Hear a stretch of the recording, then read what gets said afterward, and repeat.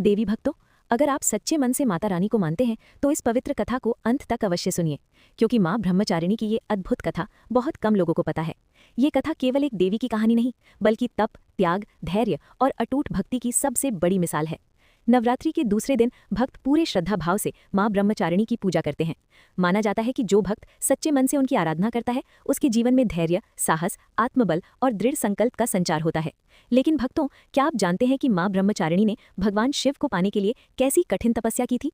ऐसी तपस्या जिसे देखकर देवता भी आश्चर्य में पड़ गए थे और जिसकी चर्चा तीनों लोकों में होने लगी थी। आइए सुनते हैं माँ ब्रह्मचारिणी की ये अद्भुत कथा। बहुत प्राचीन समय की बात है। हिमालय की ऊंची पर्वत श्रृंखलाओं के बीच एक पवित्र राज्य था। वहां एक धर्मपरायण राजा और उनकी रानी रहते थे। वे दोनों बहुत दयालु और धर्म में विश्वास रखने वाले थे। उनके राज्य में सुख, शांति और समृद्धि थी, लेकिन उनके जीवन में एक बड़ी कमी थी। उनके घर कोई संतान नहीं थी। राजा और रानी ने वर्षों तक देवताओं की पूजा की, व्रत रखे और कठोर तप किया। अंततः उनकी प्रार्थना स्वीकार हुई। एक शुभ दिन रानी ने एक दिव्य कन्या को जन्म दिया। जैसे ही उस बालिका का जन्म हुआ, पूरे महल में एक अद्भुत प्रकाश फैल गया। आकाश में मधुर ध्वनियां गूंजने लगी और मंदिरों की घंटियां अपने आप बज उठीं। ये दृश्य देखकर सभी लोग आश्चर्यचकित रह गए।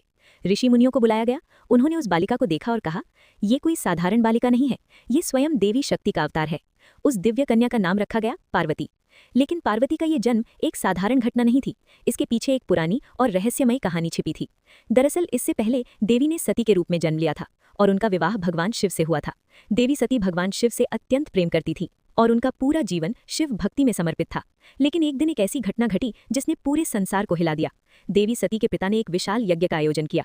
उस यज्ञ में सभी देवताओं को आमंत्रित किया गया, लेकिन भगवान शिव को निमंत्रण नहीं दिया गया। जब देवी सती को ये बात पता चली तो उनका हृदय दुख से भर गया। फिर भी वे अपने पिता के यज्ञ में पहुंच गईं, लेकिन वहां उनके और भगवान शिव का अपमान किया गया। ये अपमान देवी सती के लिए असहनीय था। क्रोध और दुख से व्याकुल होकर उन्होंने उसी यज्ञ अग्नि में अपने शरीर का त्याग कर दिया।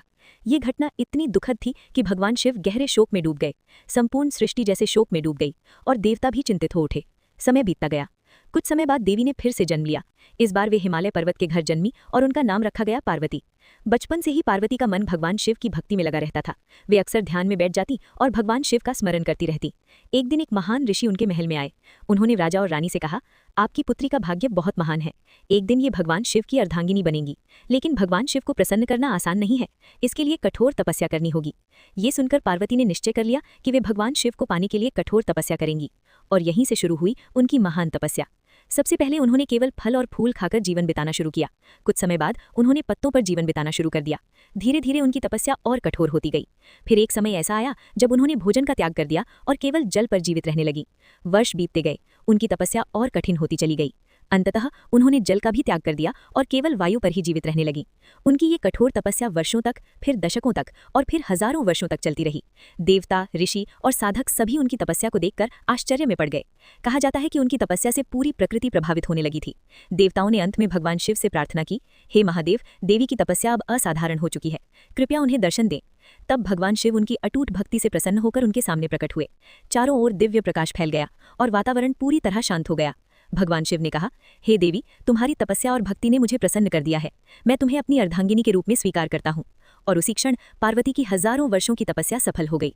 देवी का यही तपस्विनी स्वरूप माँ ब्रह्मचारिणी के नाम से प्रसिद्ध हुआ।